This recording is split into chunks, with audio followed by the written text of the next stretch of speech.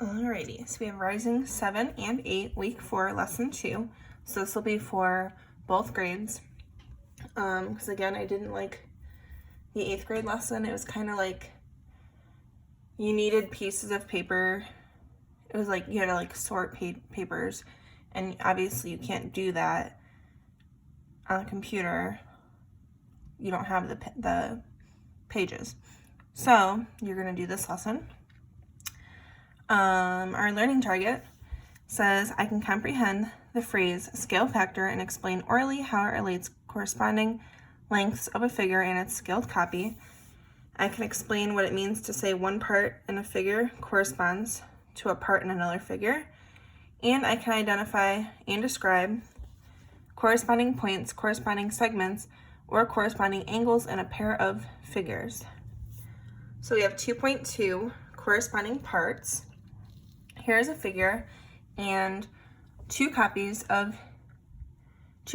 each with some points labeled. So this first one is the original.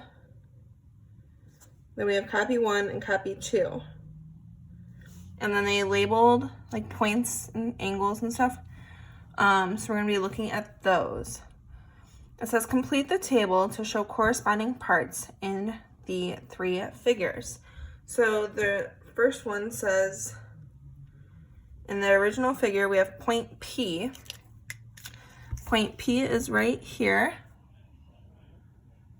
So then we're looking for the corresponding points in the other two. So the exact same point in the other 2 pictures. So for copy 1, it's going to be F. So point F. And then in copy 2, it's going to be point Z. My pink one is dying. Oh my goodness. All right, so then we're going to do the next one. Looking at the original, we have segment LM. So segment means like the line. LM. So right there, the line LM. So then we're looking for the same line in the other ones. So this one is going to be BC. So we have segment BC.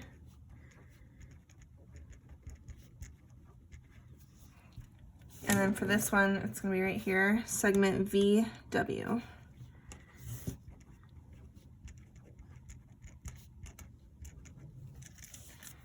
Okay.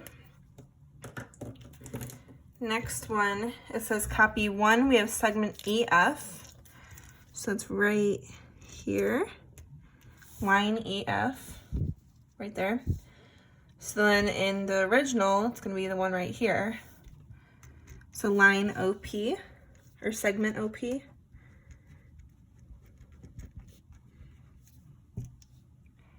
And in copy 2, it's going to be segment YZ.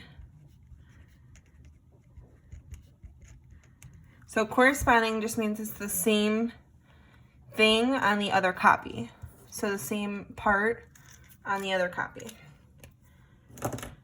On copy 2, we have point W, which is right here. So then we're going to look at copy 1. It's going to be point C. And then on the original, it's going to be point M. And then the next 2 are going to be angles. So in the original, we have angle KLM. So you just go in order, KLM. KLM, it's like connect the dots when you draw it. So KLM. So then over here we would have ABC, angle ABC. And then over here we have angle UVW. Okay, and then we have one more to do. This is in copy 2, we have angle XYZ.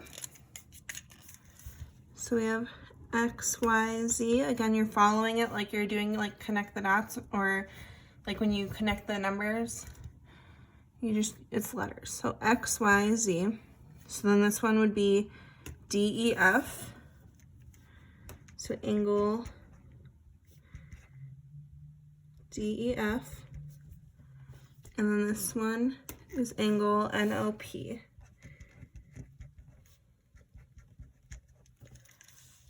Okay. So take a minute to fill those in on your table. And then there's questions that go along with this. Let's see. It says, is either copy a scaled copy of the original figure? Explain your reasoning. So looking at these, on our last lesson we talked about like scaled copies and how it made the picture bigger, or like the figure bigger or smaller without stretching it. So looking at both of our copies, are these scaled copies? You could say that copy 1 is, because it just got bigger or smaller. It's not like stretched into an oval, it's still a perfect circle. So copy 1 is, but copy 2 got stretched. So for this, oops, where'd it go? For number 2, I'm gonna put copy 1 because it's still a circle.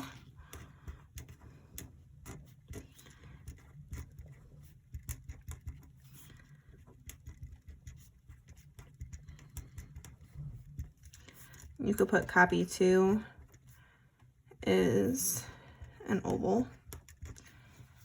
Also, B/C means because, if a teacher overwrites it like that. All right, number 3, use tracing paper to compare angle KLM with its corresponding angles in copy 1 and 2. What do you notice? So tracing paper is something that we used in 8th grade. We used it a lot in the beginning of the year. It looks like this. It's just like tissue paper. So it said to trace KLM. So like with tracing paper, you could see right through, and you just trace.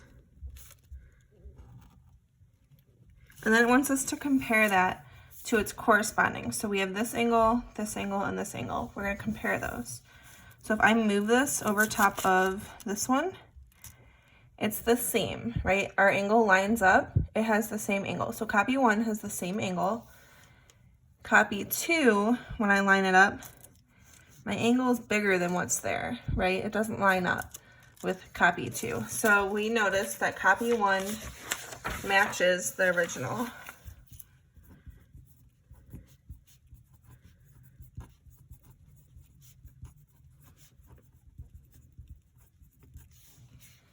Okay. Again, use tracing paper to compare angle NOP with its corresponding angles. So we're going to do the same thing. I'm pretty sure it's the same angle too. I'm just going to line this up and check. Yeah, so this matched. So I'm not going to redraw it. It's already there. So NOP, and I'm going to compare it to right here and over here. Okay, so moving this over, copy 1 matches. Okay, copy 2 does not match. See how it's not lining up? So again, copy 1 matches the original.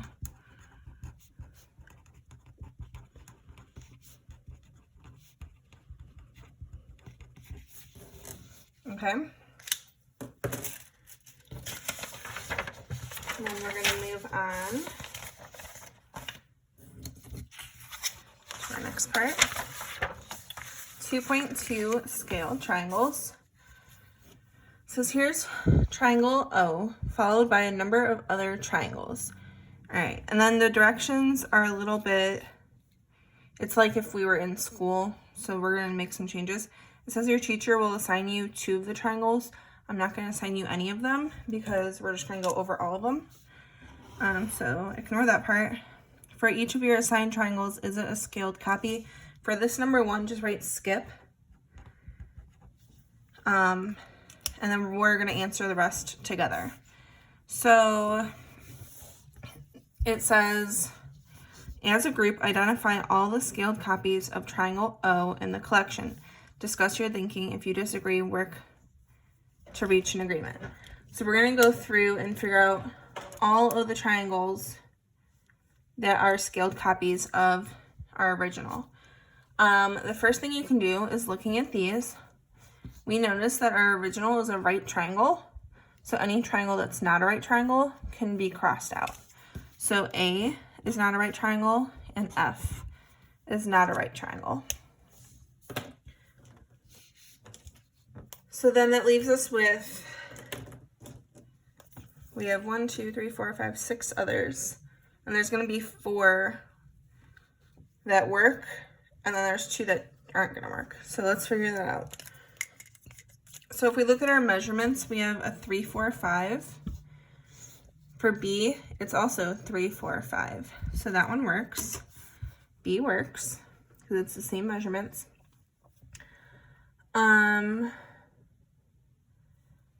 The next one, C, we have 2, 5, and 5.39. So one of the ways I was doing it when I was trying to figure this out, if it's a scaled copy, if I take one side length and divide it by the other, it's going to give me a percentage. All the triangles that work are going to have the same percentage because it's like a scale, right? So if I do 3 divided by 4, I get 0.75. I don't know if you could see that. There it is. So if I do the same angles, or the same sides, 2 divided by 5, I get 0.4. So that's not the same, so that one's not going to work. For D, I have 3 over 2, 2, and 5 over 2. Now you can either do what I just said by doing 3 over 2 divided by 2, which we can do that right now. 3 over 2 divided by 2 gives me 0.75, so it does work. You can also look and notice that there's, it's being divided by 2. It's turned into a fraction, right? Over 2, so it's dividing by 2. So 3 divided by 2, 2 divided, or whatever number. It's like if we look at this one, 3 divided by 2 is how I got here. It's like focusing on other things. So that's how we got this one. 4 divided by 2 is 2, and 5 divided by 2 is 5 over 2. So that's one way to look at it if you didn't know to divide it. This one down here, we have 2 and 2 as our sides. That doesn't make sense because in our other one, they're not the same. So that one doesn't even make sense. And then this one, you can either do 6 divided by 8 and get 0.75, or you can notice that we have 6, 8, and 10. Over here, we had 3, 4, and 5. So they multiply by 2. 3 times 2 is 6. 4 times 2 is 8. 5 times 2 is 10. So that one works. And then we have this one over here.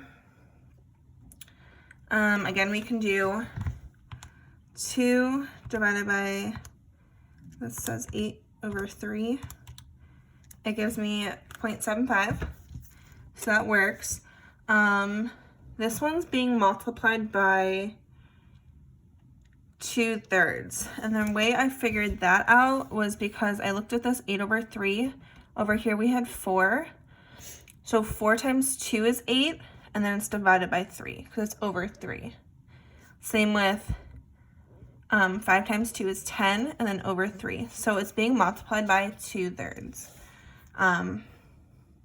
But we'll write that on the bottom later. So for number 2, we can put B, D, E, and G. All right. Next, we are going to, it says list all the triangles that are scaled copies. So in here, you can just write B, D, E, and G. Record the side lengths that correspond to the lengths of triangle O listed in each column. So corresponding just means like Our bottom line is going to be all the same in this row. Our side line is all going to be the same for the second row. And then our third row is going to be the diagonal. So those are the corresponding sides. So triangle B, we have 3 on the bottom. So 3, 4 is on the side, and then 5 is our diagonal. Triangle D, we have 3 over 2 on the bottom. We have 2 on the side, and then we have 5 over 2 diagonal. For E, we have 6 on the bottom, 8 on the side, and 10 as your diagonal. And then for G, we have 2 on the bottom, 8 over 3 on the side, and 10 over 3 is your diagonal. And then number 4 says, explain or show how each copy has been scaled from the original. So we kind of talked about this a little bit. We'll go over it again. So for B, it stayed the same, right? B has the same measurements, so it stayed the same.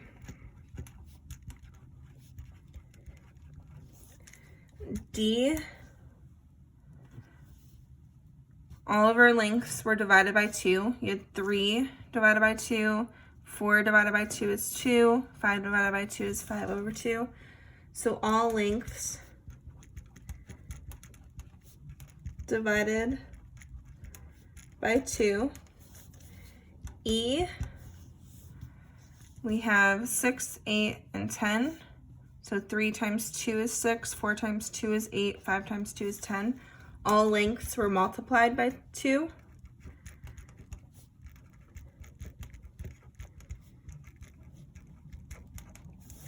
And then G, am I on the screen? Yeah, okay. G, we have 2, 8 over 3, and 10 over 3. I already went over this, and I said that I showed that I figured it was being multiplied by 2 over 3, or 2/3. So all lengths multiplied by 2 over 3, because I started with 8 over 3. So we went from 4 times 2 is 8, and then divided by 3 is 8 over 3. 5 times 2 is 10 over 3 is 2 over 3. And then they had 2. Okay. Moving on. I'm going to help you with some of your homework, just because it can be tricky, and I'd rather, a lot of you guys don't come to office hours, so I'd rather explain it in the video than you just get it wrong and not ask for help. So I'm just going to provide the help anyways, whether you want it or not. Make sure you're doing your 30 minutes of IXL every day, especially if you're not coming to office hours. Make sure you're doing that IXL, especially doing the diagnostic. The directions were in like the first lesson, couple lessons. Make sure you're doing that every day, because I'm using that to count as your habits, especially if you don't come to office hours. This will help your habits grade. And we only have this week and next week left, so make sure you are working. Number 1, the second H shape polygon is a scaled copy of the first. So this is our original. Our scaled copy got smaller.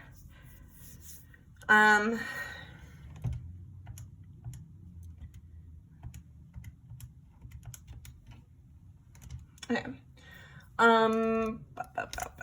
A says show one pair of corresponding angles, blah, blah, blah, blah, blah. You can't do that part. Okay. So you're ignoring that part. There's not even a dot to fill in an answer for it.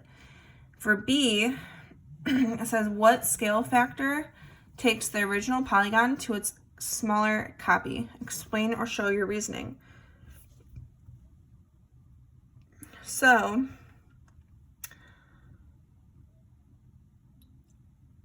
I like to look for where is it showing just like 1 unit or like an even amount. Because if you look at like the side, that's not even. It's going above 1 unit one box.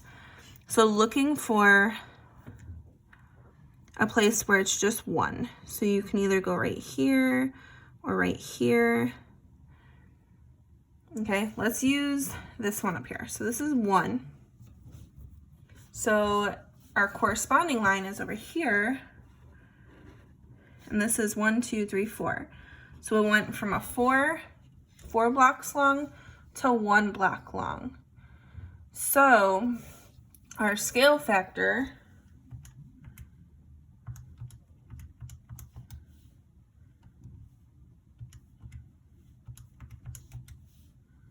is going to be 1/4.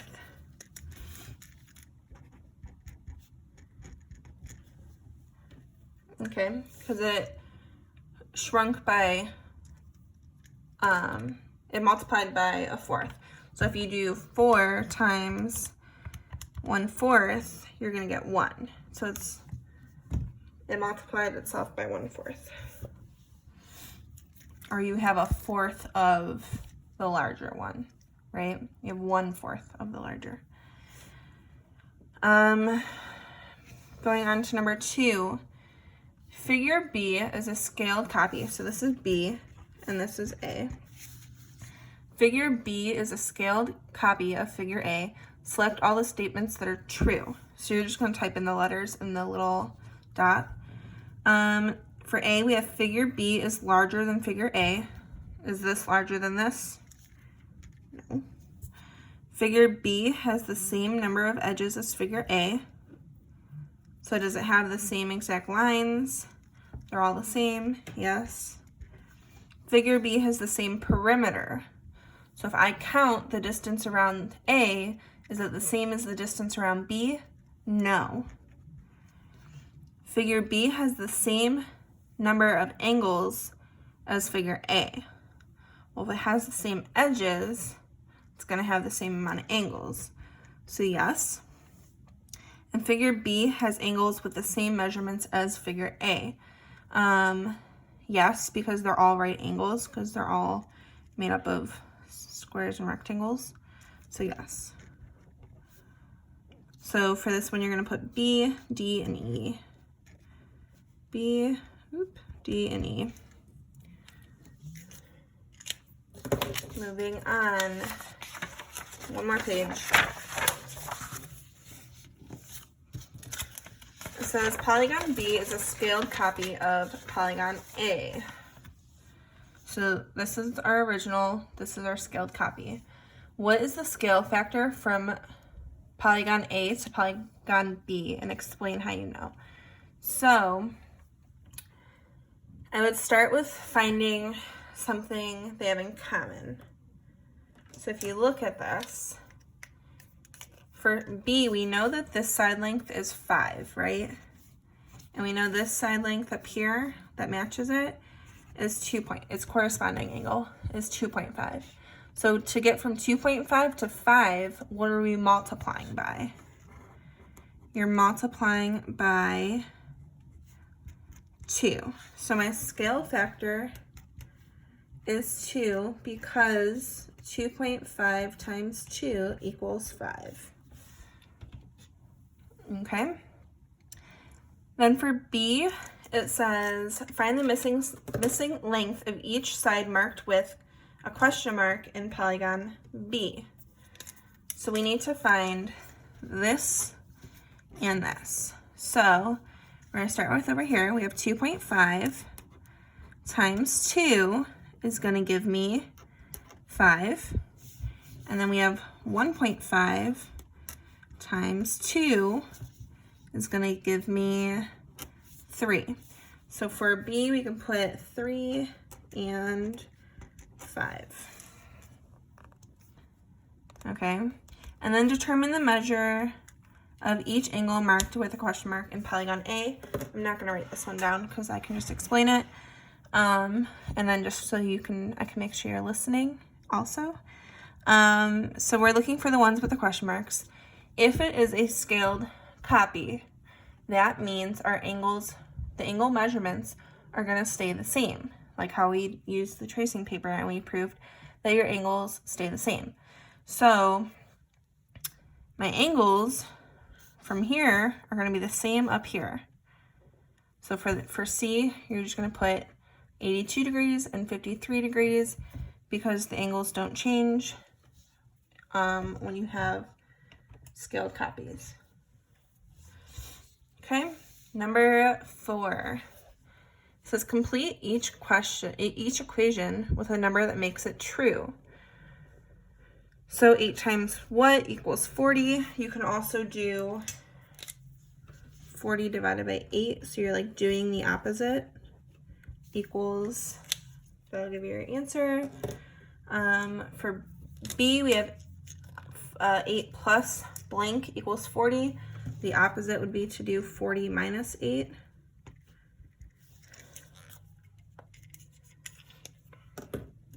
For C, we have 21 is that divided?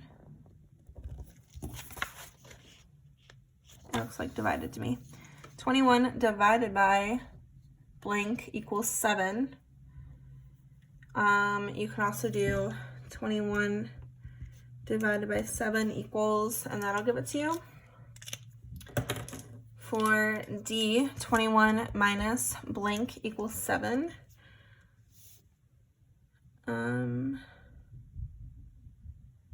You can also do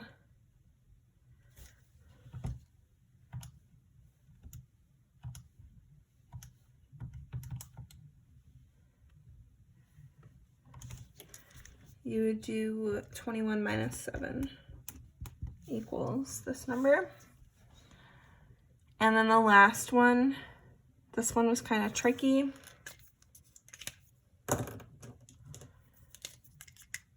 To do this one, you can do 21 divided by 7, which is going to give you 3. And then you're going to do, why did I do this so difficult? I did this 2 different ways. You can just do 7 divided by 21 to get your answer. 7 divided by 21 will give you your answer. I went about it a different way. I did 21 divided by 7, which gives you 3, and then you would just do the inverse by putting it 1 over 3. That's one way to do it. I don't know why I went about a difficult way. Anyways, so complete those. Make sure you are completing all your assignments. Again, you have the rest of this week and all next week, and then we are done. So summer school went by really, really fast. So make sure you have everything turned in. If you need to know what you're missing, let me know, and I will, I'll be able to tell you what you're missing. I'll probably send you guys each a message tomorrow anyways, either Thursday or Friday, of what you're missing so that you know, and so you can get caught up. Do your IXL, do your office hours, bring your grades up now, that way you're not rushing next week to get everything done. And that's about it. So make sure you complete your lessons, turn them in, and we'll be good to go.